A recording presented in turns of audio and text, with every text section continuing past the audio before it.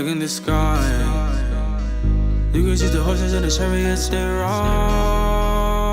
out. I can see it in your eyes. Now you look scared, baby, don't. All right. Hello, brethren. How's everybody doing out there? Welcome. I am Ezra Blair. I'm Naomi Blair. I'm Sarah Blair. We are the St. Louis branch of Rise Youth Group and also the St. Louis branch of Remember the 400. And of the Israelite Nation. Of course. We're Toronto's our headquarters, right, are in Toronto, Canada. And we are not affiliated with any other organization that may have a similar name, but we are strictly the Israelite Nation Worldwide Ministries. Yes. Yeah. And it's also important to note that we are kind of, in this modern time, first generation Israelites that were born in Israel. Yes. Right? We were named on the 14th and 8th day, right? Offered up to the God of Israel in the land of our captivity. So we've known Israel all our life. Yes, we have. Yeah, we've never done Christmas or Easter. Yes. Always have had those Israelite customs and traditions since before we were born. Right, this is all we know. So we're coming from our perspective of only knowing Israel. For sure. Right. Yeah, so we grew up in the Israelite culture. My name is Ezra, Naomi, and Sarah, and these names all come from the Bible. Yes. So even our names, the whole structure of that, how that came to be, the circumcision of the boys, all that is something that we grew up in. And so as we give our lesson today and our discussion today, we're coming from the perspective as a young person here in the Israelite Nation Worldwide Ministries. Right. And we also hope that anyone going through our experience or even around our same age, that you guys can really relate to this and really have something to say, even if you agree or disagree. I just feel like this is important to share. Especially in saying all this to say that today we're going to talk about the reality of our lives, and probably a lot of younger people can relate. But we're here to talk about like our real lives and things that we have discovered and have gone through. Right. That we think is a great teachable moments and great things to share with you guys. Yes. We also want to say thank you for our elders and teachers in the Israelite Nation for giving us this platform, the knowledge to say the things we say and everything of that sort. Very appreciative. Yes. So to get into the topic for today, the topic that we're discussing, it's kind of it's definitely a large topic, but I guess we're gonna kind of face it as we see it. But it's the concept of double consciousness. Now I know a lot of people have different theories on double consciousness and what it means to Black people, but kind of how the lesson came to be, at least for me, I was, so we're all actually students at Washington University in St. Louis. And I was in a writing class and we were studying Du Bois's work for a while throughout the class. And then at the end of the class, we each had to write a research paper. And so I decided to write my research paper on double consciousness and how it relates to the success of Black folk. And so in doing so, I studied Du Bois's work. And I also shared it with my peers here. And we kind of all gave our various inputs on kind of what that means and how it contributes to the success of us. But for this lesson, we kind of wanted to dive a little further into it and kind of dive into what does that mean, not only as a Black person, but also as an Israelite, right? So what does that mean for us here? For sure. And W.E.B. Du Bois, to be clear, when he talks about double consciousness, he's talking about being Black and American. One thing to note is that they are just coming... people that W.E.B. Du Bois is talking about are Black people that are just coming out of slavery maybe a few years prior. And he's talking about now that you are free and in America, how are we going to live in both of our identities as Black and American? And to him, those two identities were equal. Those two identities had to share that space within the Black American body and live together in harmony. But to be clear, like Ezra was saying, we are not necessarily using his definition, but we are going to use a little bit of his term and apply it to our lives as Israelites and go a little bit further into that. Right, exactly. Yeah, exactly. Yeah. So I think the first thing to clear up is also when we're talking about consciousness, right? As Naomi said, Du Bois had his own interpretation. I mean, he was the creator of the term double consciousness. As Naomi said, it's about two kind of warring ideals that live inside of you, two warring souls. And once again, we're not going to dive too deeply into his interpretation, but that's just kind of what he brought to the table when he kind of brought up the term. But I think the first thing that we need to do is kind of understand the difference between two words that sound very similar, but are not the same. So we have the word conscious, which is spelled kind of like conscience, and then we have another word that's conscious. And so, Sarah, you want to explain kind of like what the difference is between those two words? Right. So conscience is kind of, so let's start with conscious. The way I kind of remember what it's about is think of the opposite, which is unconscious, which is being asleep. You're not awake. So conscious would be that awake part, that aware part, that the part of you that exists as you walk through this world. That's the definition that we're trying to reach into. Conscience, that's the part, that's part of your soul. That's what records what you do. That's part of your decision making. Decision making, right. I think that's a key term for conscience. That's your decision making aspect of yourself. Conscious is your reality, your identity, the way you are defined by yourself and even by others sometimes. Right, and we are going to be looking at the word conscious as an awareness and not conscience as your decision making. But if you do want to find out more about conscience, which is a very interesting but different topic, please take a look at The Truth, the Lie, and the Bible, which are elders' books, and the other one as well is a series for non-Israelites. For sure. Yeah. But yes, to be clear, we are talking about conscious, your awareness, identity of who you are. Yeah. Exactly.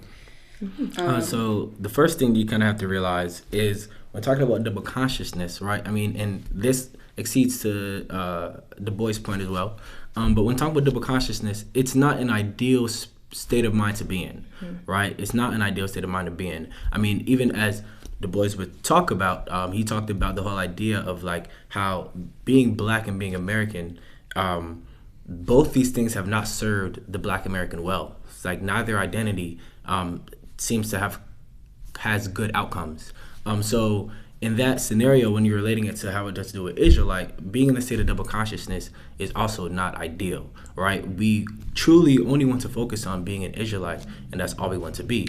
But unfortunately, due to our bad ways and due to our constant disobedience, we kind of find ourselves in states of having to have maybe some sort of double consciousness when talking about having to be an Israelite in a land that is foreign, or having to be an Israelite in a land that is not ours. Right. It's part of our punishment. Right, That's part of what we have to deal with, face our reality of the situation, is that we do have to survive the world that we're in, the land of our captivity, may it be America, Canada, wherever it is. The land that's not ours, we have to face that, but also hold our identity as an Israelite to be true. And to be clear with this point as well, I know we're talking about kind of a difficult topic. I just want to make sure that we are all on the same page. While Du Bois is talking about the double consciousness of the two parts of someone's identity of being black and American, we are talking about specifically us being an Israelite and American. While other Israelites around the world might be Israelite and England, or Israelite and Canadian, or just Israelite and being in an enslaved country or as an enslaved person.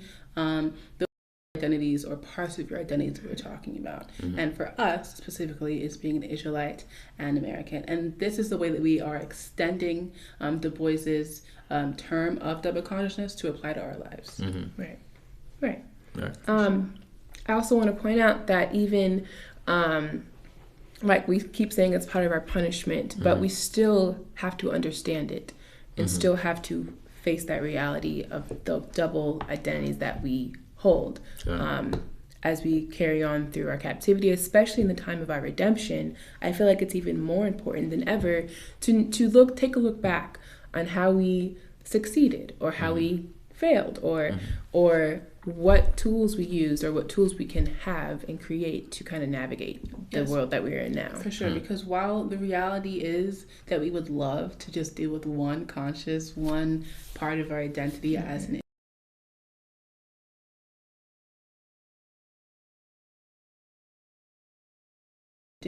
even as we go into a redemption. I think understanding that about ourselves and the reality of the parts of our identity will only do us better, for sure. Right. Yeah, Exactly. and I think even if we look at this scenario, right, this isn't a scenario that is new to Israelites, but we have gone through multiple enslavements, right? I mean, this whole book is a bunch of enslavement in there, and we've been underneath multiple countries and empires. And so I think there's multiple examples in the scriptures of people who kind of had to be Israel in an environment in which is not supportive of Israel, in which they're also an Egyptian, or they also are living in Babylon. And so things like this all kind of relate to this whole idea of kind of having that identity and understanding like how you make your priorities. And I think especially as young people, not only reading into it but understanding how to apply it to our lives, it's so vital, right? Because you can get caught up in the American side, and it's of course you want to chase success, but it's also something you need to understand priority and understanding how me as an Israelite, like, what do I have to do to be successful? And so I think all the young people out there, including us, these are things that we're constantly learning and growing to try and understand, and also constantly learning and growing to see how we can better ourselves as Israelites. For sure. And in constantly learning and growing, I think we came up with this topic because we are actually about to graduate soon. And so even though we are technically out of our parents' house, we're about to really be more independent. And I think a lot of our message is to young people like us, or people just in our situation where you're either going to college for the first time or dealing with a lot of adult things or independent things, where you kind of look at your identity to see how you fit in the world, and how you can bring those things back to being an Israelite. Right. So I think it's also important to let's look at kind of the God of Israel's intention for us, even as we go through one of the enslavements that we've gone through in the book, in our history. Yeah. Right? So let's turn to Jeremiah 29. So Jeremiah 29, let's start at verse 4. 4 to 7, perhaps. Sure. Okay. Actually, we can verse 4. Sure. Thus saith the Lord of hosts, the God of Israel, unto all that are carried away captives, whom I have caused to be carried away from Jerusalem unto Babylon. Build ye houses, and dwell in them, and plant gardens, and eat the fruit of them. Take ye wives, and beget sons and daughters, and take wives for your sons, and give your daughters to husbands, that they may bear sons and daughters, that ye may be increased there and not diminished. And seek the peace of the city, whither I have caused you to be carried away captives, and pray unto the Lord for it. For in the peace thereof shall ye have peace. Okay, so what are we reading here? For context, right? You need to understand kind of what is this talking about, right? So right now we're talking about going into an enslavement. This is what's about to happen. So this is talking about the enslavement of the Israelite people going into Babylon. Right. And so this is the God of Israel's message to us. And what do you take from it? He's saying you're going to enslavement, yes, but also you're going to be able to marry and have children and to live your life. You're going to have to actually live and progress enslaved. Yes, you can be sad about that. Yes, of course you are in another country, not having your own individual ownership, not always having Israelites around you, but yes, you are able to live your life, and you should be able to, as he says, beget sons and daughters, and take wives, and build houses, and dwell, and plant, and eat, and live, for sure. Right. And I feel like it's important to note that this is, God of Israel saying this as we are being carried away captives. That he's not saying it in the middle or at the end. He's saying it so we know that this is the plan. Because as we know, being in captivity is just for a time, right? And it says in verse 6, the reason for this, that ye may be increased there and not diminished, right? He doesn't want to destroy us or have ourselves be diminished. He wants us to survive this captivity. Even though it's a punishment, we could face that reality. It's a punishment. We're supposed to feel the pain and the hurt of it. But we should still live and have a purpose even through that captivity.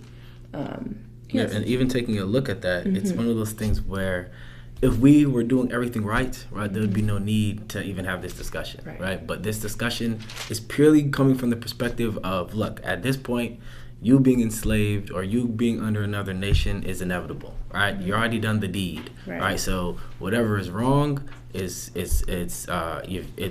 wrong, right? So at this point, slavery is going to happen. So it's one of those things where, okay, well, now I'm coming to you and telling you, all right, well, while I'm in this enslavement, how should I be living, right? It can be real easy to just get caught up in your sorrows of like, oh no, enslavement, and try and bring yourself down. But as worded here, it's like, yes, this enslavement is going to happen, but while you're enslaved, you have to make the best of it, right? Because it's not like you are all of a sudden not God's people, right? The covenant lasts forever. So it's one of the things you have to understand. You got to remember who you are and live, and don't just live to survive, but live to thrive, right? Live to increase.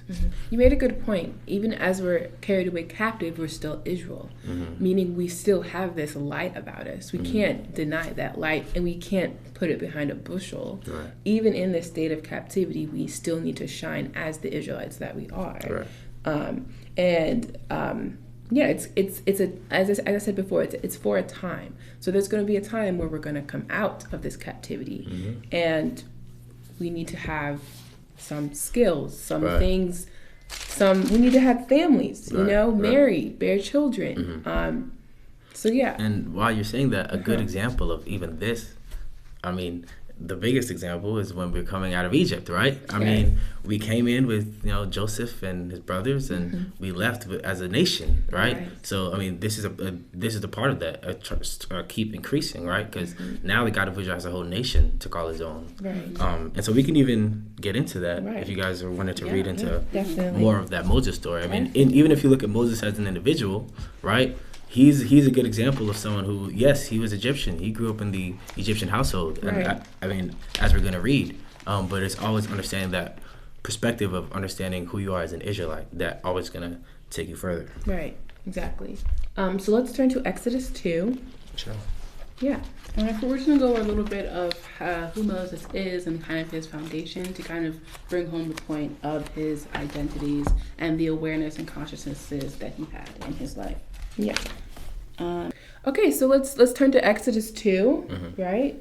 And let's maybe we'll just start at the beginning, probably. Verse 5, probably. Yeah. Okay. We could start there. You want to give a little bit of a backstory of kind of where we're at right now? Yeah. So this is our enslavement in Egypt, and Pharaoh has declared that they will be killing the male children of Israelites. Right, the firstborn. Right. Yes. And Moses, being a male child, his mother was trying to protect him, and he's sending him down a body of water in a basket to protect him from being killed. And this is where we're at now. Right. So let's start at verse 5. And the daughter of Pharaoh came down to wash herself at the river, and her maidens walked along by the river's side. And when she saw the ark among the flags, she sent her maid to fetch it. And when she had opened it, she saw the child, and behold, the babe wept.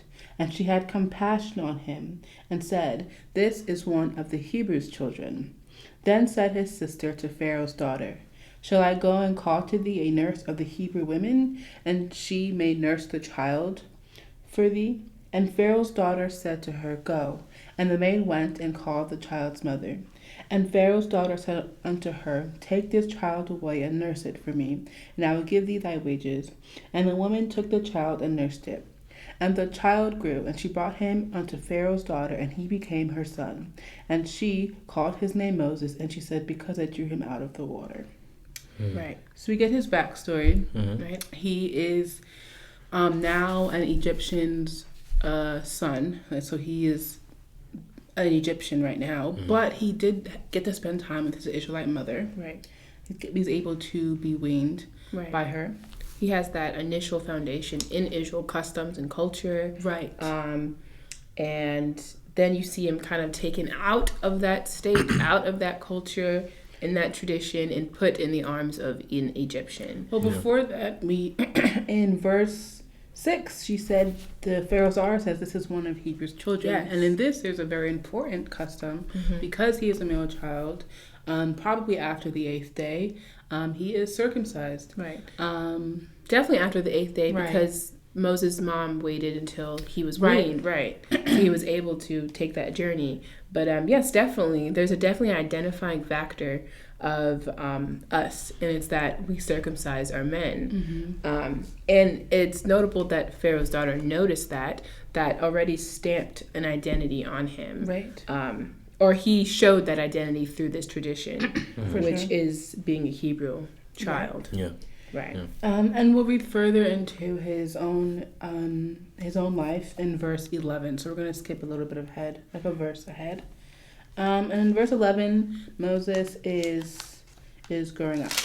Right. And it came to pass in those days, when Moses was grown, and he went out unto his brethren, and looked on their burdens. And he spied an Egyptian smiting an Hebrew, one of his brethren. All right, so something to note right there. Right. So Moses grew up in an Egyptian household, Right. Yep. in the Pharaoh's house, Right. right? The With most Egyptian household you Right. could stay. with the Pharaoh's daughter, Right. right, Yes. being his quote unquote leader or maybe mother in a way, Right. right? So he's growing up in this environment as an Egyptian. Now, of course, everyone has an understanding that he's an Israelite, as the Pharaoh's daughter knew right away, but he's basically growing up with the lifestyle of an Egyptian. Right.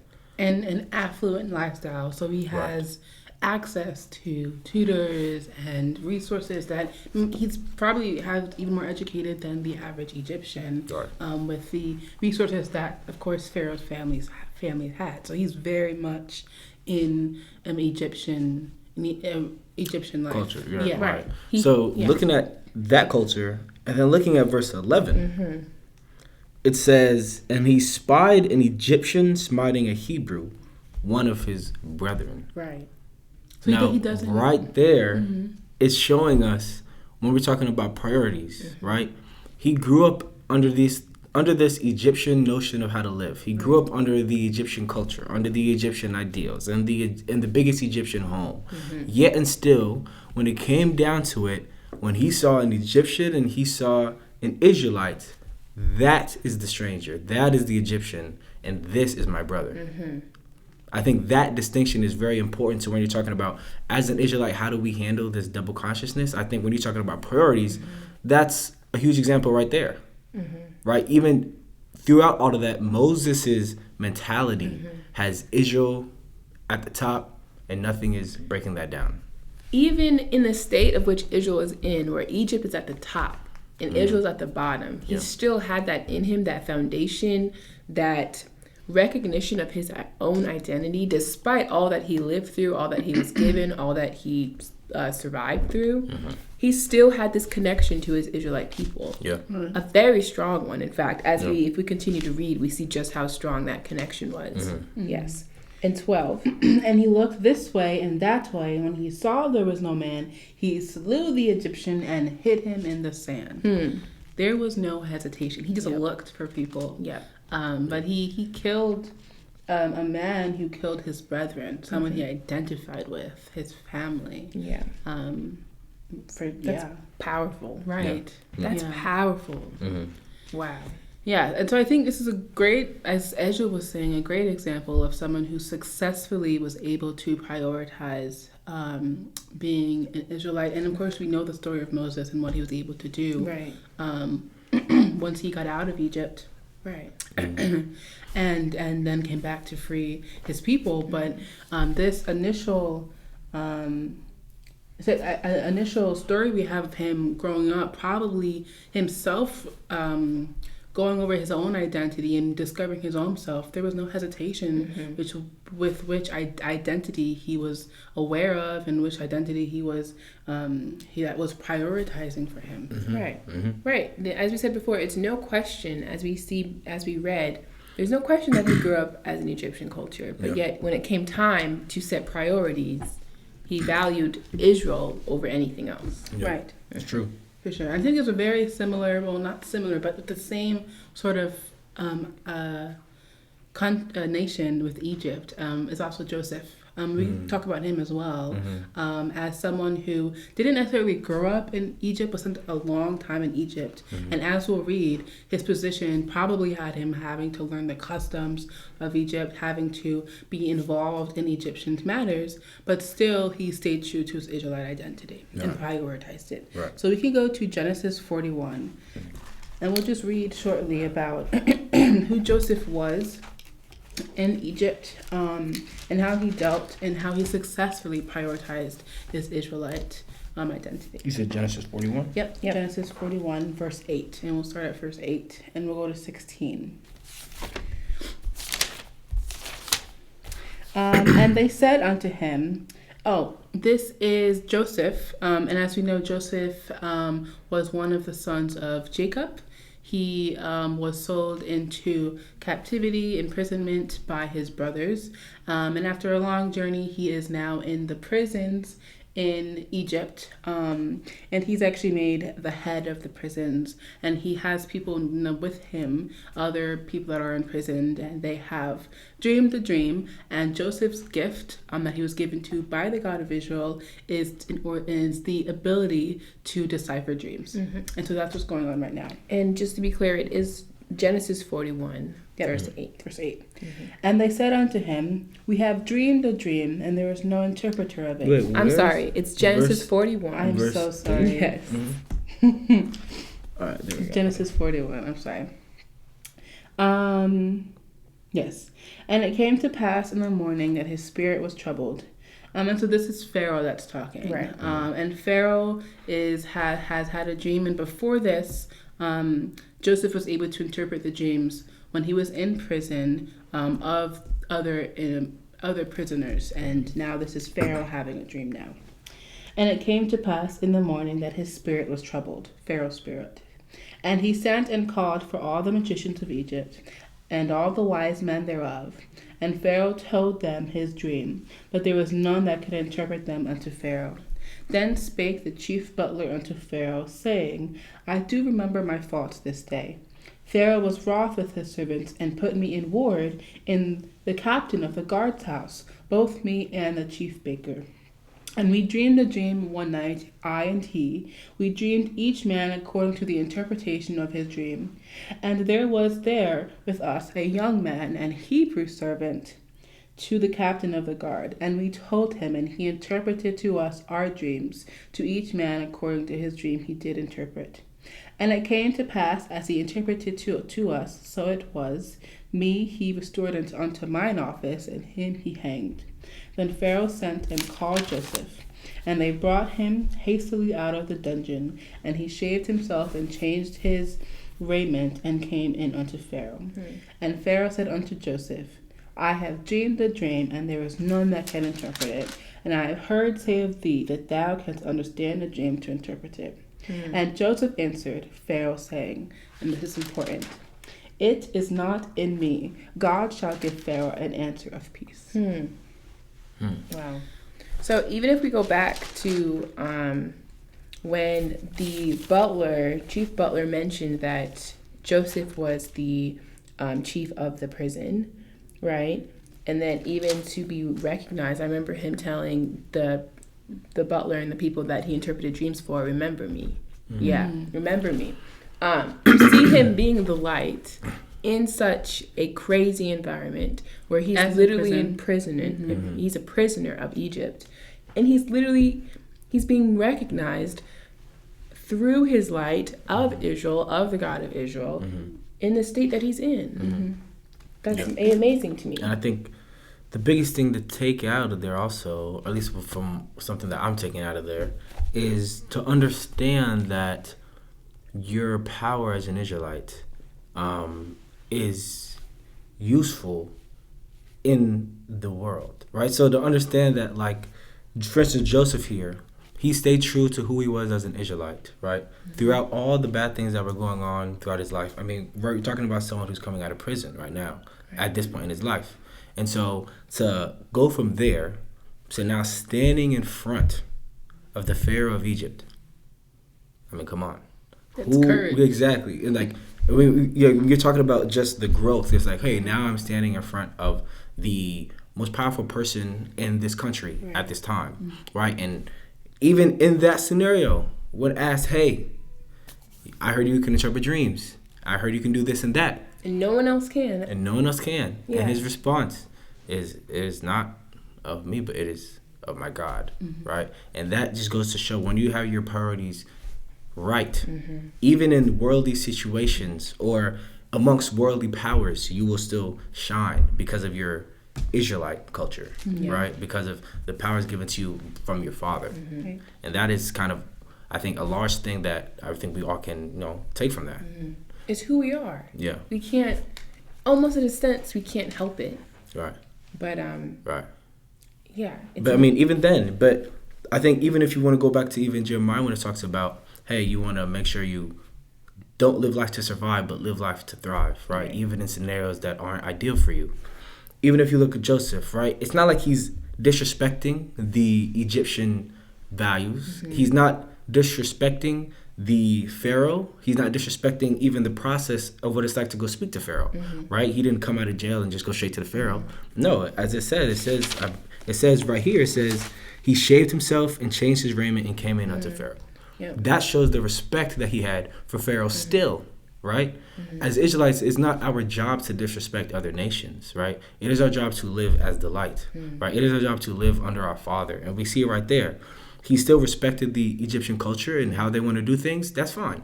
But when it comes down to it, he's going to live life as he sees fit because all those powers that they're in amazement of come from his Father. Right. And I feel like that respect comes from his awareness of what he's going through, his environment. He's not in his land. Right. He's not in a land where he has allies. Right. He's in a land where he's literally taken captive and thrown into prison.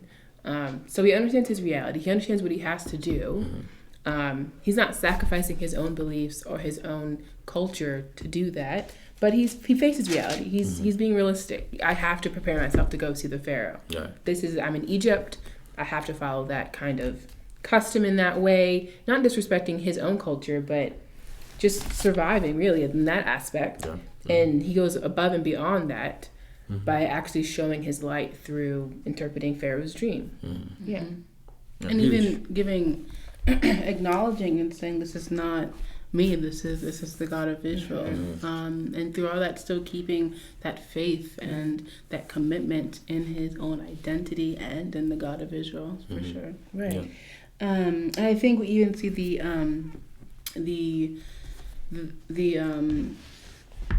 like what he becomes because of this. If we go to verse 37 in the same chapter, in chapter 41, in verse 37, and the thing was good in the eyes of Pharaoh and in the eyes of his servants. So Joseph has interpreted Pharaoh's dream, and Pharaoh has seen this as a good thing, and he's glad that he was able to interpret this, this Israelite man. And Pharaoh said unto his servants, can we find such a one as this is, a man in whom the Spirit of God is?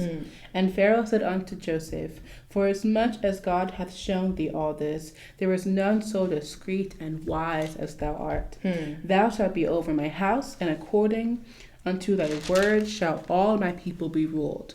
Only in the throne will I be greater than you. And Pharaoh said unto Joseph, see, I have set thee over all the land of Egypt. And Pharaoh took off his ring from his hand and put it unto Joseph's hand, and arrayed him in vestures of fine linen, and put a gold chain about his neck.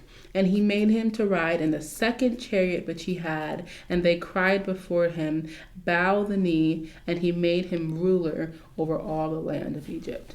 Wow. Wow. You're talking about the journey, right? Right. Talk about where he's coming from, right? all the stuff that Joseph went through, and now he's here. He's like, you know what? You're so great. Your God is so mighty. I'm seeing that light. I'm seeing you shine. I mean, he says, even the Pharaoh himself, Egypt, they have their own culture. They have their own gods, right? They have their own thing that they're doing.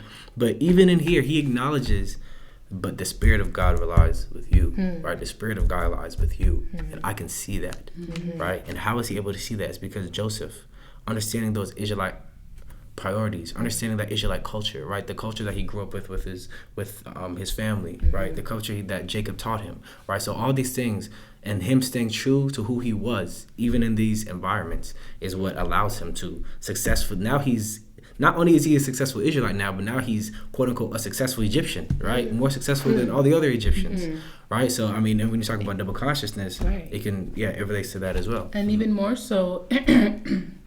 As the second in charge, as someone who's ruling alongside Pharaoh, ruling Egypt, someone who probably has to be even more accustomed to the customs of Egypt, has to be even more involved in the affairs of Egypt, dealing with Egyptian people, Egyptian gods, Egyptian religion and practices and food and everything. We even see further on in his life as he's able to even save his family and stay true to his family and to his God. And when we talk about a successful way of prioritizing Israel over even the land that you're in or enslaved in or imprisoned in or the religion and people that you're accustomed to, Joseph is a very successful story. Right. Very exemplary story. And you see in a way that he was, like, if he didn't take it upon himself and use that foundation of Israel that he had so instilled in him, our ancestors would not have been saved from the famine. He was put in that position for a reason, right? So it meant something in the future. It produced good for Israel in the future, right? So I think that's very important to know. I think one thing to take from that, as you're saying, is when it comes to this life of Israel Egyptian, is understanding that, look, Israel is always going to be my priority, right? So Israel is who I am.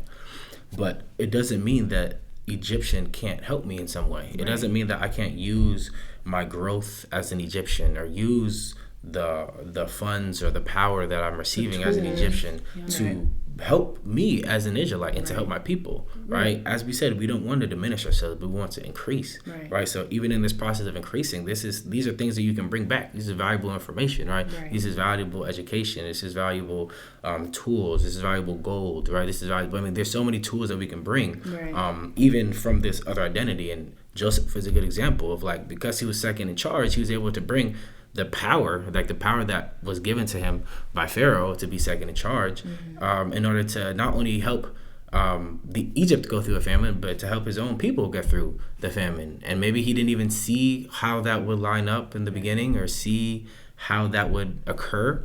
But all he knows is that he's living his life the best way he knows how. And he's focusing on, look, I'm not in the best situation right now, right? Come on, in that situation, any person is probably, in your mode, you'd probably be in more of a depressed state, right? Your family's gone, you're alone. And so all you have is this great God. And so in that state, he understood, like, if I put my time into this, put my energy into this, understand who I am, use all the stuff that has been given to me, even through Egypt, and now look, I see my family in front of me, and I can help them out because of the power that I've established here in Egypt. I think another great example of someone who used the power given to them by another country in order to save their people is Esther. Or Perfect. Yeah, that's a really good example right there. And I just don't note one thing is you're talking about how Joseph was set up to do something good for Israel and his people. Right, you don't know what the God of Israel's plan is for you. And in the meantime, why don't you go ahead and develop those skills so that your skill set and try and climb that ladder so that you're in the position to help your people when it comes time to that. And another example of someone being in a position to help your people is Hadassah. Yes, so if we go to Esther 4, and we'll be reading verses 11 through 17.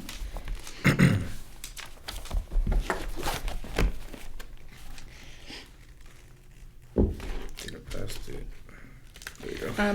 So at this point in the life of Hadassah, or Esther, we are talking About after Esther is queen, has become queen, and she hears that Israelites are about to be killed, and so she's able to save them later on. But I want to get really to how she saves her own people and the tools that she uses. So if we go to chapter 4, verses 11 through 17. I think even before you get there, though, the one big thing when you're talking about the double consciousness, right? I mean, look at someone like Esther. She literally had two names. Like, she literally had Hadassah, her Israelite name, and Esther, right? The Persian. And so it's one of those things where that double consciousness mindset is real, right? At this stage, you literally have two names. Like, it's like almost broken down to the most literal way it can be. So, yeah. For sure. But she uses both of those identities in the way that she saves her people. So if we go to chapter 4, verse 11 to 17, and Ezra, would you like to read this? Yeah, you said verse 11 through 17, chapter 4, okay. All the king's servants and the people of the king's provinces do know that whosoever, whether man or woman, shall come unto the king into the inner court, who is not called, there is one law of his to put him to death, except such to whom the king shall hold out the golden scepter, that he may live. But I have not been called to come into the king these 30 days. And this is Esther talking about having to go into the king and try to plead with him to not allow her own people, our ancestors, Israelites, to be killed.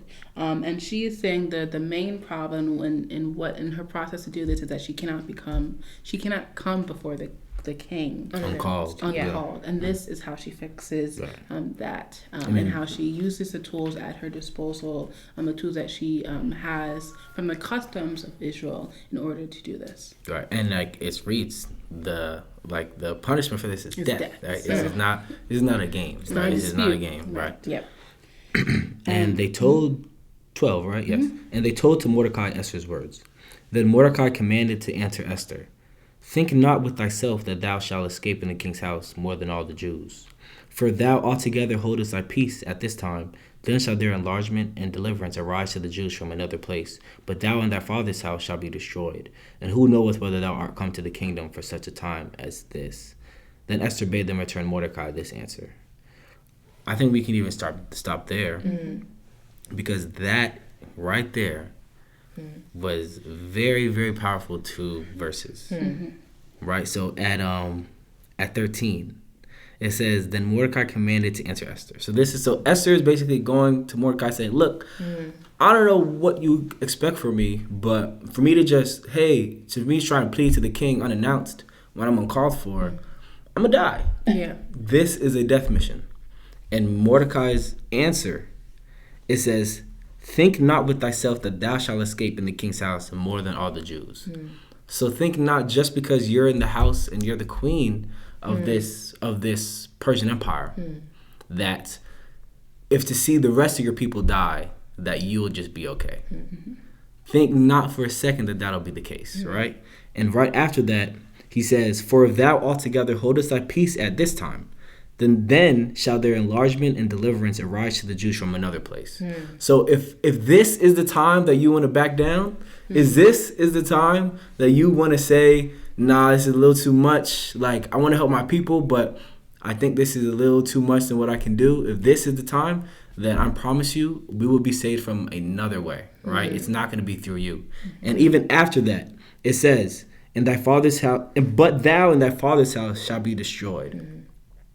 So if you don't want, you're in a position where you can help your people, and if you don't want to go through it, I promise you, we will be delivered from another source, right? The God of Israel is not going to let all his people die, right? So we will be delivered from another source. But because you were in the position in which the God of Israel is who put you up there, right? It says right after that, for whether thou art come to the kingdom for such a time as this. Right. The God of Israel, Mordecai is clicking in his head, right? It's like, it makes sense why you would be in the kingdom at such a time as this, right? Such a crucial time for our people. So you have to be the one to understand that responsibility. And so yes, you're the queen of Persia, but And once again, we're talking about those perspectives and talking about those priorities, right? That double consciousness. I'm the Queen of Persia.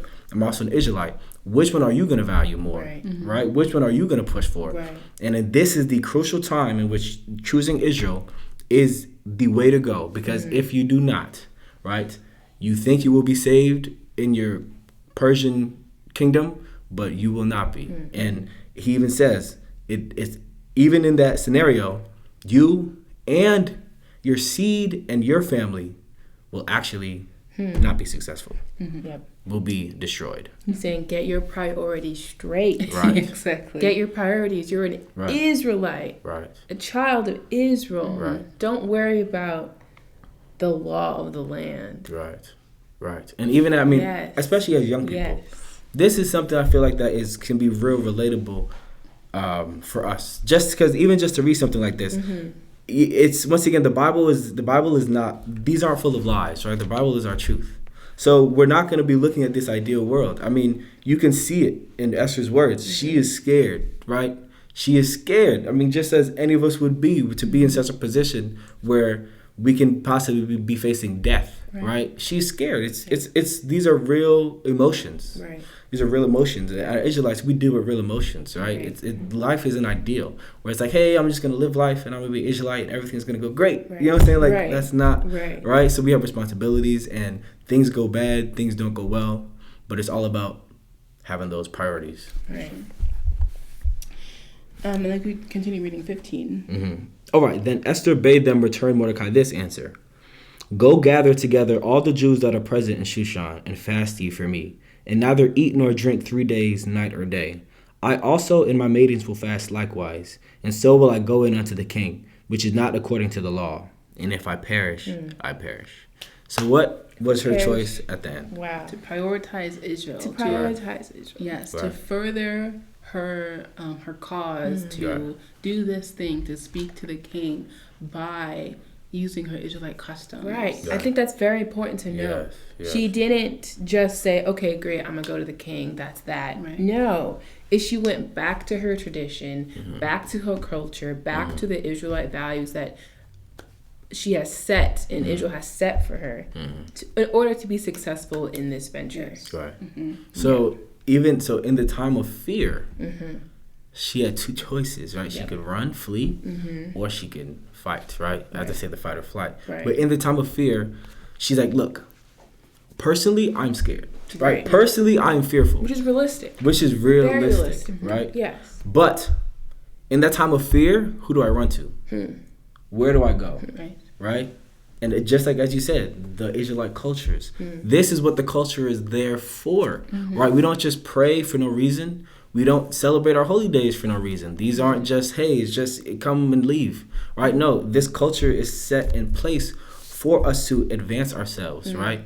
It's set there for a purpose. And just like, as you guys said, she used that culture, understood, look, if I'm feeling weak and I want to feel better, I want to feel powerful, I want to feel like, look, at this point, I want to do something above even my own, even something that I don't think that I can even do. I want to do something above, and I know that whatever I'm doing is above me. Right. Right. At this point, this is about the nation. Right. So I'm going to retreat back to the culture, retreat back to the laws, retreat back to the fasting, the culture that we grew up on, and I'm going to have the nation support me, have the nation support me, and we can get something done that is bigger than me. That's so crucial. She didn't say, "Oh, I'm gonna fast for 3 days." Okay, Mordecai, you and I just fast. Right. It was gather all these Israelites and we do it together. And I think that's so important that she did it all with her nation, her people, in order to further this, in order to go before the king. I feel like these few verses that we read is a very direct battle of the identities that she was holding. Yeah, Right. it is. It was a very direct, like, I could either do this or this. And the outcome depends on whichever one I choose. Yeah. So yeah. it has to be the right one. Yeah. I have to prioritize the right identity. And I mean, let's see how that turned out. Let's read chapter 5, Verses 1 to 3. 1 to 3. Now it came to pass on the 3rd day that Esther put on her royal apparel and stood in the inner courts of the king's house, over against the king's house. And the king sat upon his royal throne in the royal house, over against the gate of the house.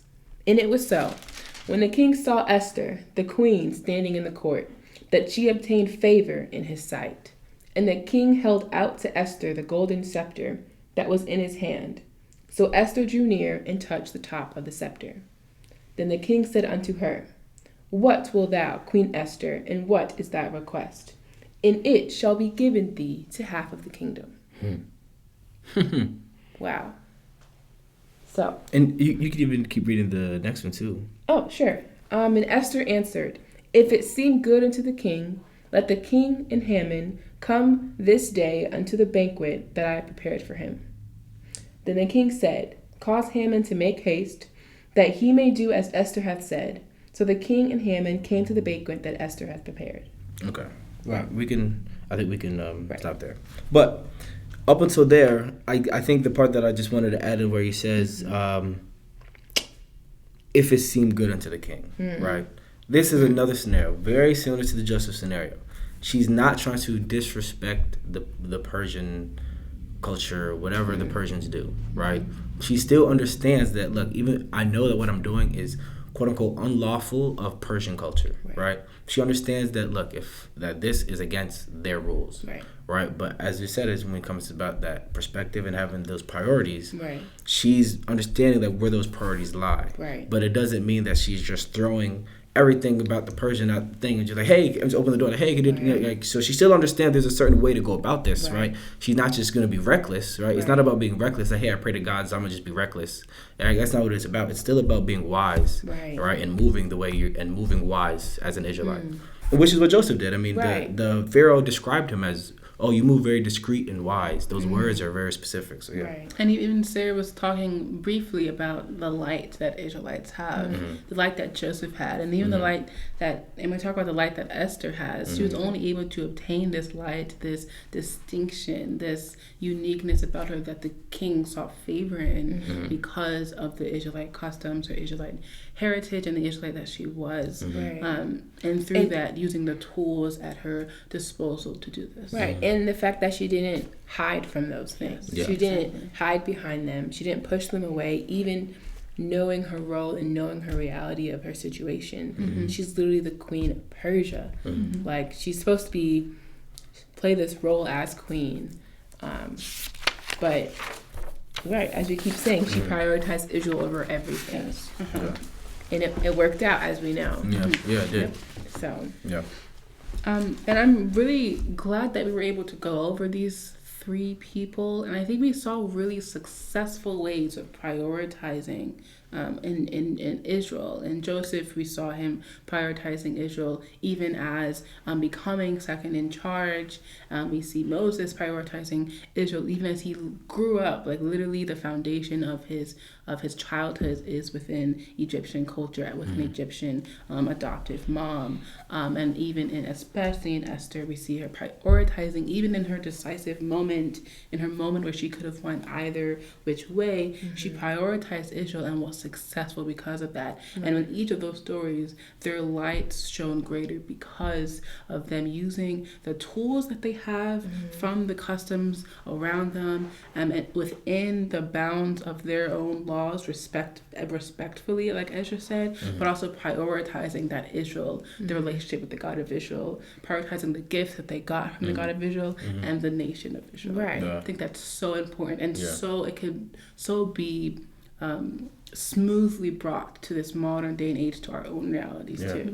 I feel like it's important to just not just read the Bible, but kind of relate it back to our own personal lives. For sure. Because these are our ancestors' lives. They went through this experience. How can we use what they've learned and what they've done and their successes to contribute to our own success? That's what it's here for. That's what it's here for us to learn and teach from, so we could be as wise as Joseph and as wise as Hadassah and be able to make those choices when it comes time to do that. And especially as young people, I think it's really important to read these stories to gain inspiration, to gain a how-to on how to live your life in the realities that we are in.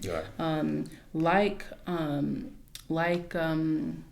Moses, we see people around us, our own people that are that have been enslaved, that have been indoctrinated in this in our enslavement, and even coming out of redemption, we see this, our realities are very similar to those in the Bible. And I think using these to help enrich our own lives and know that what we are going to do in the future and as inspiration for that is very important. Right. Yeah. Right. And so I think even just to add to that, just to go back to like one of the first couple of things that we were mentioning when talking about this double consciousness, is that it's still not an ideal place to be in, but it's almost it's a natural place to be in, right? I mean, for instance, just examples in our own lives, right? So we are Israelites. Yes, we are Israelite young people in this nation. So we all identify as Israelites, but we also live in America, right? So we go to American schools, right? We have American friends, right? We gonna get an American job, right? So I mean, all these things are a part of the quote unquote American culture, and us having to follow through to this culture. Yes, it is a part of our enslavement, but at the same time, as we've read in Jeremiah, that it's our job to focus on increase, right? To focus on, all right, we'll make the best of your situation, because one day we're going to need all that you've learned so that we can get our people in a better place. One day, all of this that you're learning, all the knowledge that you're learning, all the advancement that you're making in the foreign land, all that knowledge is going to be useful for you, right? Grow, prosper, right? Have children, right? All this is going to be a part of what we're going to use to help us and our nation. Right. And I feel like it's important, even as we do that, to do as our forefathers have and prioritize Israel throughout all that. And definitely, you're so right. We have to, as we continuously say, face our reality. It's punishment, but there is still things we can do. We cannot forget where we come from. We cannot forget our heritage. I know that even like I want to be a doctor. That is my dream. That is my goal. In college, my major is anthropology. I have to take, in anthropology, I have to take classes about evolution and the scientific interpretation of the start of the world. And going into the class, it was ludicrous to me because I'm like, what are you talking about? Like, I know the reality. God of Israel created the world in 6 days. That's what I know to be truth, right? But I'm sitting in a class surrounded by no one that I know that thinks that way, and a teacher that expects us to learn these things to be true. So as the student part of my identity, I have to get that A. I have to learn, the lessons that my professor is trying to teach me. But again, prioritizing Israel, I don't see it as the truth. I don't take it and hold it dearly to me. I take it as the time to be like, wow, God of Israel really has everyone fooled. Like, everyone really thinks this took billions of years to happen, and things and evolved and changed into what they are today, but it really happened in 6 days. Like, that's just it makes it seem way more of a, I think it adds to your own amazement and connection to Israel. It adds to that, right? You take what you need from that as an Israelite and bring it back to that, your identity as an Israelite. Yeah, I think it's really important. I think as a great point, as a student, an American college student, even a student in K through 12, throughout my entire educational career, we've always taken what we've learned, the tools that we've gathered from being in an American school, and positioned that and made that so we are able to invigorate our experience and lives as Israelites in order to further ourselves. Even what we did today, we took a term coined and created by W.B. Du Bois, who was just focusing on Black and American after the after becoming free from the physical enslavement. But we're using it here to apply to us today. And I think that's really important way that we are using those two parts of our identities in the tools that we are given by this society to become better Israelites and to help our Israelite nation. And I think even just to kind of even wrapped up like, okay, so what does that mean? Right. Yeah. I think it's one of those things where a lot of times you can put priority into the world. You can have your priorities very lined up into being in tune with what the world is doing, right? And we also need to understand that as Israelites, it's our job to be in tune with our brethren, and our job to be in tune with our calendars and our holy days, right? And keeping up with our studies. But I think it's one of those things where the whole idea of being successful, right, a lot of times you can very much think that, oh, if I'm just da-da-da-da-da and try and match the world, right? Try and match the world's energy will bring you success. But as we just saw with Joseph, with Esther, with, what was the other person? Moses, right? It is, you need to understand that your power lies in your identity, and your power lies into who you are as an Israelite.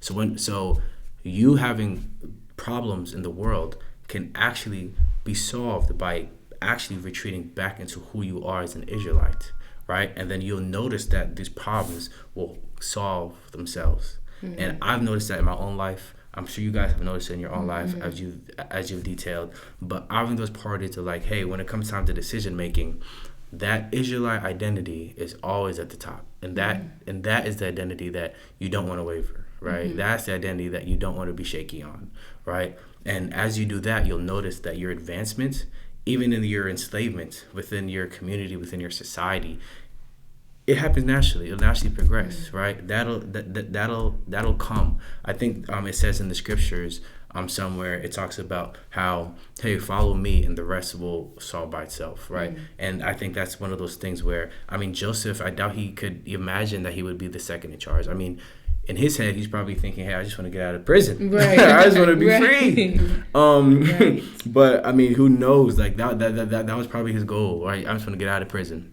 But who knows where him saying true to Israel was going to bring him, and all those problems that he had in the physical world, all the problems that he had in the world around him in Egypt, right? All of those things got solved. But not only did the problems get solved, but he also advanced way past than what probably his own mind was thinking he was going to get to. And that's one of the things where retreating to who you are as an Israelite, putting those priorities first, and you'll notice that all those other things that maybe worry you so much, those things get solved, right? But once again, it's not about being reckless. It's not about, hey, I'm not going to do anything. I'm not going to focus on nothing. And I'm just going to pray every day. Like, no, it also takes real work, right? Joseph still had a real journey, right? He went through real struggles, right? It still takes real work and dedication to accomplish the things you want to accomplish. But you need to understand that you want that guy, right? You want your father to be behind you in those decisions. Right.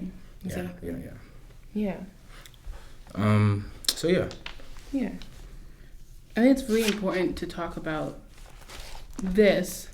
And we said before how this idea of double consciousness, of being aware of both sides or multiple sides of your own identity, for us specifically as an Israelite and American, I think that's really important to understand about our enslavement that we were just in. But even as we were going into our redemption period and in our redemption period, I think it's important to understand ourselves here as well, because as we understand ourselves, we are using the tools that we have picked up throughout, whether you are engraved in American society, going to American schools, or have American people around you like we have.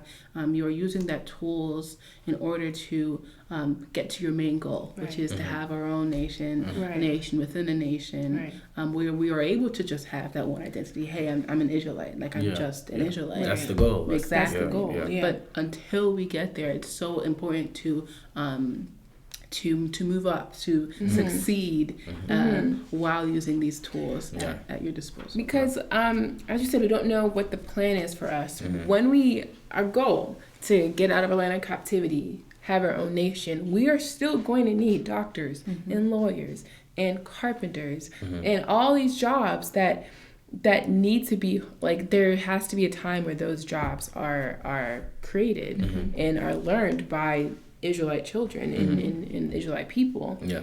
right? For So sure, yeah. it has to be done. Yeah, and especially in this time where we are in the time of redemption, right? We are in the time when this is the time where you want to be locked in. You want to be locked in mentally, right? This is not the time to waver, because this is the time when we want to be realizing our potentials, right? Yes, we were enslaved, and as I say, yes, increase, but as we know, our 400 years have come to an end. So we need to understand this is the time, but this is the time of that test, right? This is the time of everything that you've learned, everything that you've received, and all the gifts that the God of Israel has given you. This is the time to throw them, to throw them in the pot, and let's see what we can cook up. Right. This is for all the Israelites out there to try and understand that this is the time of our redemption. So we're trying to move from this double conscious mindset and move more into a situation in which we can just be Israel, right? And we can just have our own. Right. But I mean, as we know, we're not quite there yet. Right. This is one of the things where it's a constant journey to get there. That's the goal. And we don't know his plans, right? We don't know his plans, but we need to be prepared for it. So we need to keep focusing on, increasing, doing the best that we can in our scenarios, and understanding that one day that it will come a time and it will come a place and an era in which us as Israelites, we will understand who we are and understand that now we can drop the double consciousness and just solely focus on building our own. Right. And I feel like definitely the first step of that is to be aware that you do hold to identities, not at equal footing, as we keep saying, but you do hold those two. You can't deny where you're born or what environment you're born into. Being aware that you have those two things inside of you, and then navigate from there by looking into the scriptures, seeking guidance from brethren and elders on how to navigate that so you can prioritize Israel successfully. And if this is resonating with you, if you identify with our reality, then this is your own reality too. Put sevens in the chat. Drop the sevens in the fires. Yes, sevens and fires, because this is our reality, and we want to know that you guys relate to this as well. And this is also invigorating and exciting for you guys, while discovering, especially young people who are going out into the world like we are, discovering ourselves within, as Israelites, within as in another society. So sevens, fires, all of that. Yes. And if you're a young person out there, whether you're new or whether you're growing up in this nation, make sure you like, comment, and subscribe. Definitely. Right. Make sure you like, comment, and subscribe, because this is what we talk about, right? Our nation we want to mold our people from the time they're born up until the time of death. So we want to make sure that we're all getting that information and we're all able to relate and understand who our God is. Right. And even if you would like, we're trying to share our experience. Let us know about your experience. When have you been aware, if you've been aware, that you have this sort of double consciousness inside of you? We would love to hear about that. And how have you navigated, even we learned about Esther and her hardships, how have you navigated a difficult decision where you have this decision to put Israel first? What was it like for you? How did you do it? For sure.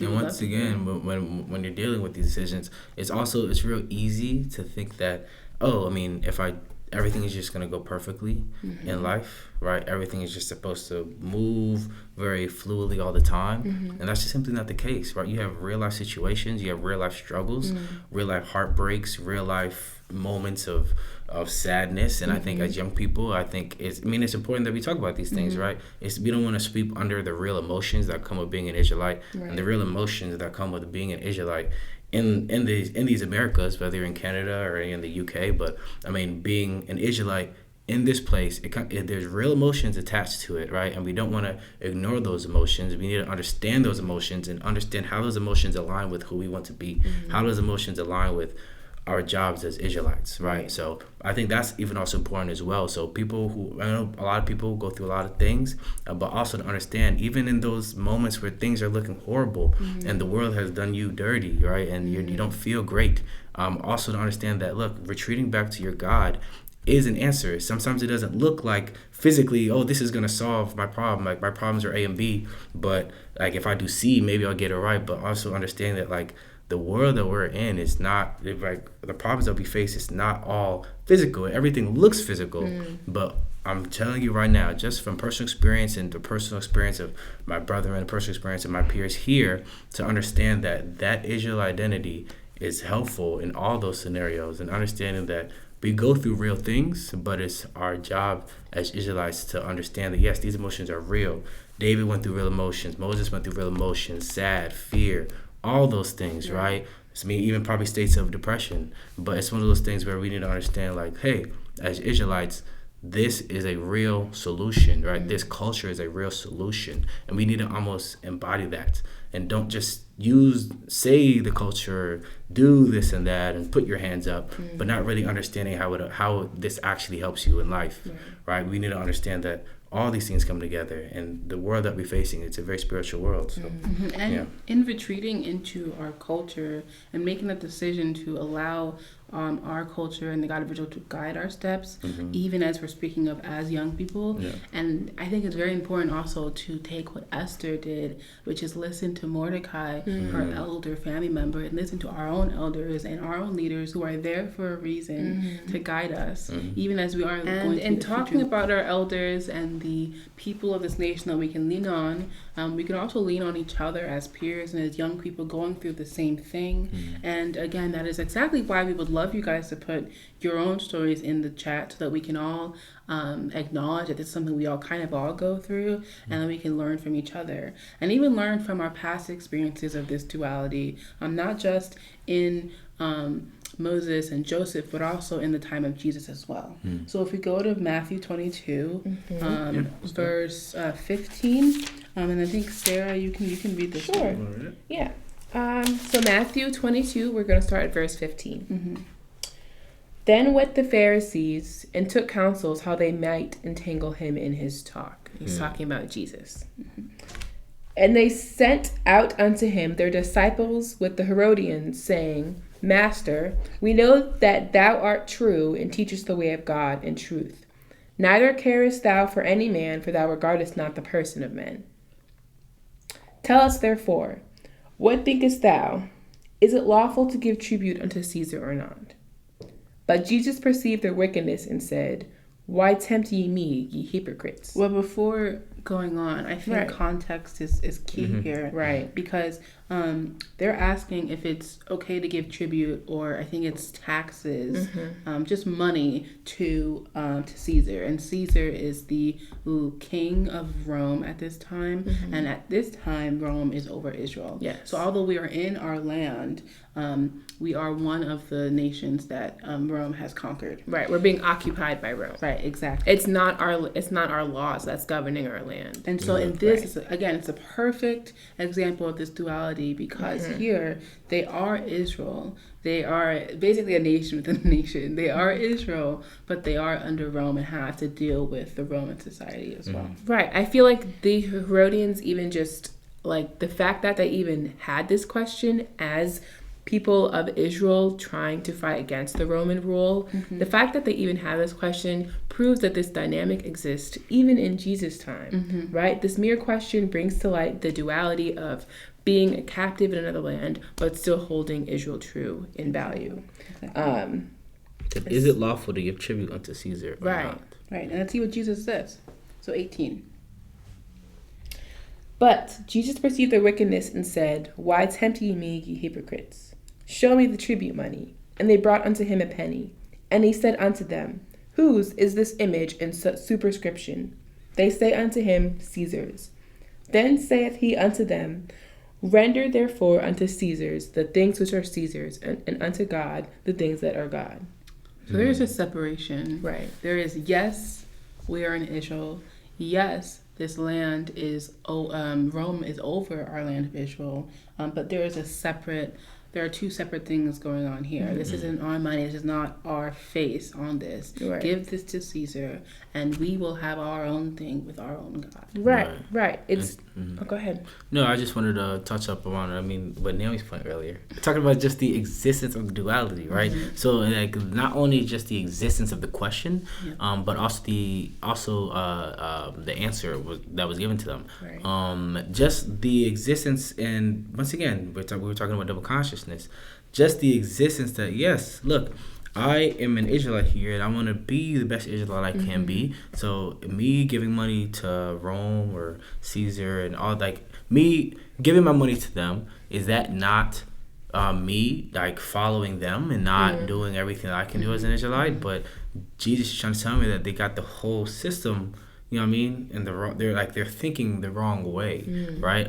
Because it's one of those things where, as we talked about, I mean, when you're in the land, you are still in that land, right? We're still in enslavement to Rome, so I mean that doesn't change, right? So like once again, that's a part of the punishment, right?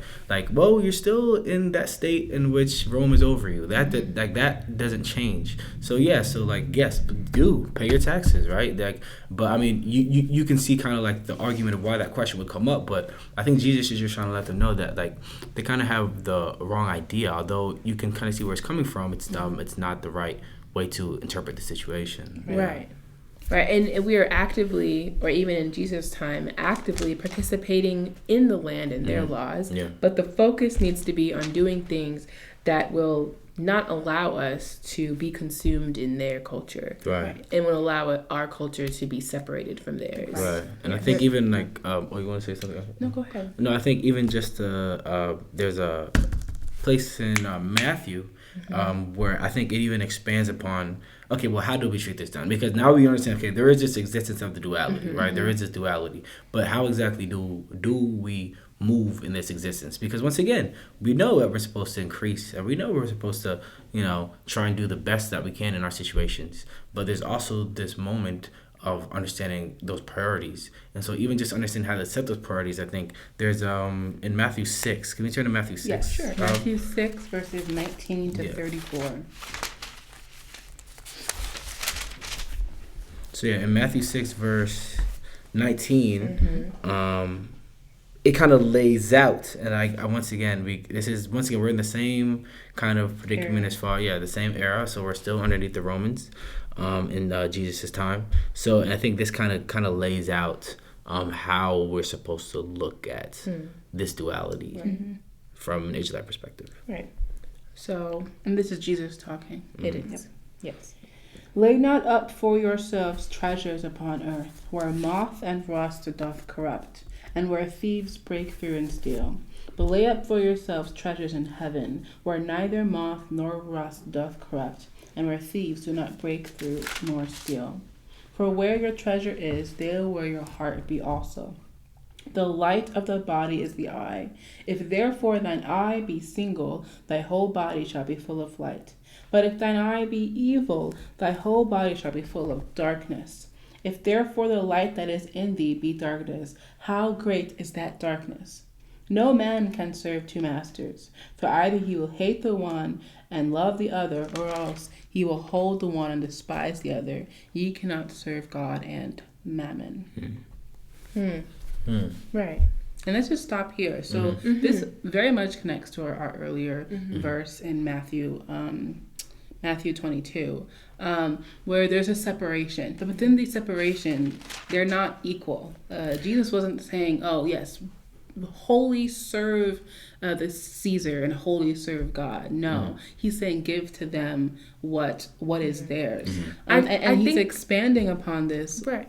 I was going to say, I think it's important to even go back before we delve into this scripture, is to even establish why was this talk even necessary in the first place? Yeah. What was the environment like? And we went over it a little bit, but to even just delve more deep into that, to really relate it even back to us, is just they were not in their land. They were captives in the land. So it seems that they were kind of dealing with this duality as well, with being in the land but not of the land, being of Israel instead.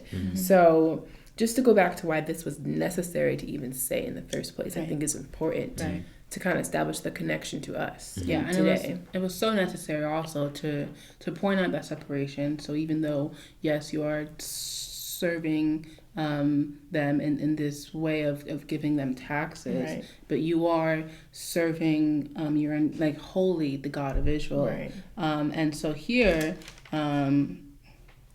he's saying you cannot serve God and mammon. You cannot serve God and man. And in this case, you cannot serve God and Caesar. Right. So he's expanding upon his point from Matthew 22, and it's very much related, where there's a separation, but one is clearly above the other, and it is Israel and the God of Israel. Right. Yeah. And it shows you exactly how to separate those two in 19 and 20. Yeah. Yep. Yeah. And I'll move on to 25.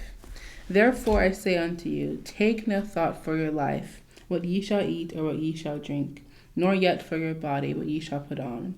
Is not the life more than meat, and the body than raiment? Behold the fowls of the air, for they sow not, neither do they reap, nor gather into barns, yet your heavenly Father feedeth them. Are ye not much better than they? Which of you by taking thought can add 1 cubit unto his stature?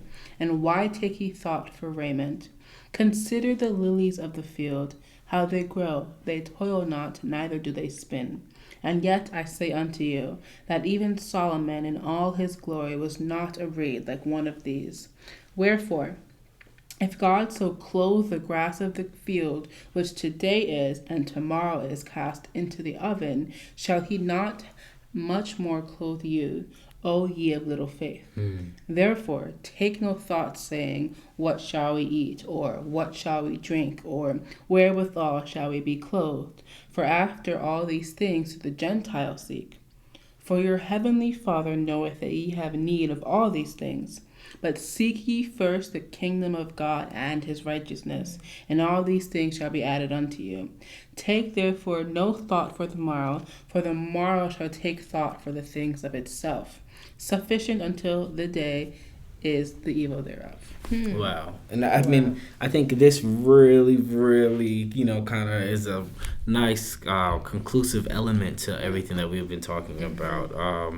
When you're talking about how to balance as an Israelite. And I know our whole lesson we've been talking about the idea of priorities. I think I've been putting my hand like that a lot. But the whole idea of priorities, right? I think this really lays it out, right? Because yes, you are in the world, and yes, you are in America or in Rome or in Egypt. Yes, you're in Egypt. And yes, as you are there, you will move and you will pay taxes like a Roman, and you will move and learn of the ideals of these other cultures. But at the end of the day, despite you trying your best to be successful in those environments, one, you have to understand that that is not ideal.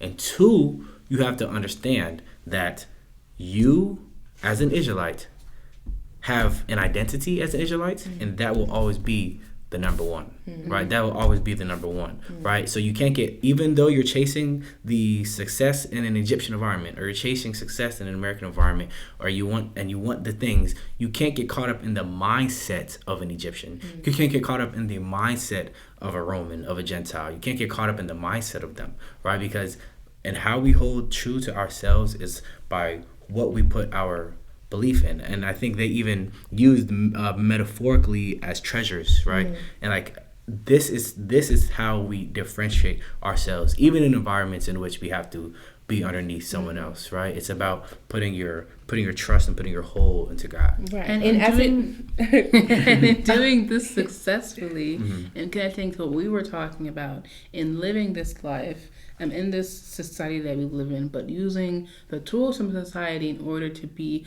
a better Israelite, to invigorate the nation, to do this successfully, you aren't worrying about how you to be clothed, or how you're going to eat, or what tomorrow brings, because you know that while doing this, the God of Israel is going to take care of you and provide for you and protect you. And so I think even the examples we had before of Esther, of Moses, of Joseph, all these people did exactly this. They put the kingdom of God, of the God of Israel first, and they were successful in their lives. Right. And it even states that those things that clothes and housed and those material things, those are for the Gentiles, right? And even to go back to context of why Jesus felt this was important, I mean, maybe they were Israelites that were prioritizing these material things and thinking those above Israel and their own customs.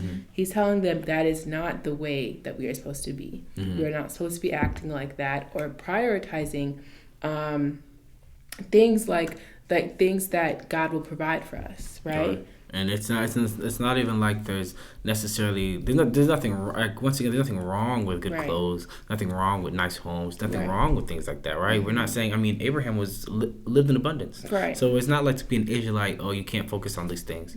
It's no, because we still want to have success and we still want to be in positions of power, that way we can bring it back to our home base. But this is more of the mind space, right? This is when those things take over your mind space. These things take priority, right? But it's once again, these things will come, but you have to put your time and your trust into the God of Israel. Right.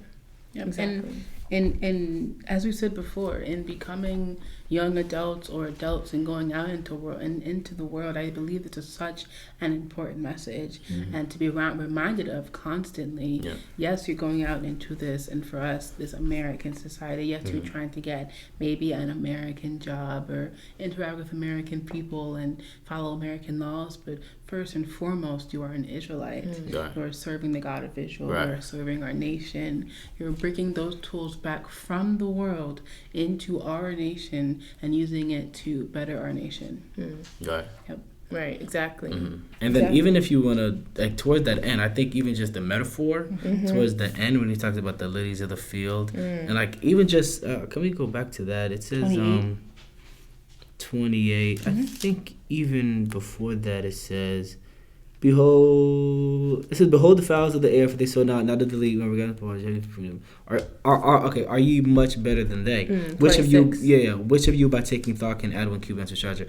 Why take ye thought for raiment? Oh yeah, you're right, 28. Consider the lilies of the field, how they grow, how they toil not, neither do they spin. And yet I say unto you that even Solomon in all his glory was not arrayed like one of these. Wherefore, if God so clothe, this is what I want to get to. If God so clothe the grass of the field, which today is and tomorrow is cast into the oven, shall he not much more clothe you, O ye of little faith? I mean, God of Israel is the creator of all of these things. For you to put your trust into to put your trust into material things that can like die and live, and like all these things live by themselves. The grass and the birds, they always know what to do, right? You never see birds not understanding where they're supposed to go. They understand their roles. They understand their purposes. You understand that the grass gets the water, right? The grass knows that the water is coming. The God of Israel provides for the grass. The God of Israel provides for these birds. He provides for nature. So why, his holy people, why would he not provide for you? Why would you expect that for him to have you in a bad position? You know what I'm saying? So like, yeah, it's one of those things where you talk about faith. It's like you put your faith into him, and I promise all those things that you worry about so much will solve themselves. You prioritize him, he'll prioritize you. Yeah. It's a give and take relationship there. Yeah. Yeah, definitely. Very, very true. So I mean, I think even just to conclude for today, I think a couple of things just to understand as young people that we can take, I think, from this whole idea of this double consciousness, is to understand that we want to make sure that we are constantly advancing ourselves no matter where we are, whether we're in a state of enslavement or a state of prosperity. We want to make sure that we're constantly advancing ourselves, right? And making sure that, like, in all these scenarios, I'm going to shine. I'm going to shine my light no matter what, right? And also to understand, though, that in doing so, I will always make sure that my priorities stay true and that my mind space is in the right mind space, to understand that as I'm achieving these successes and as I'm moving throughout this world, understanding who is the provider, who is the person that's giving me the power to do so. That's great to end with. And before we end, put some sevens in the comments and flyers, like, subscribe, all of that. And thank you for being down with below us here. Yes, thank you so much.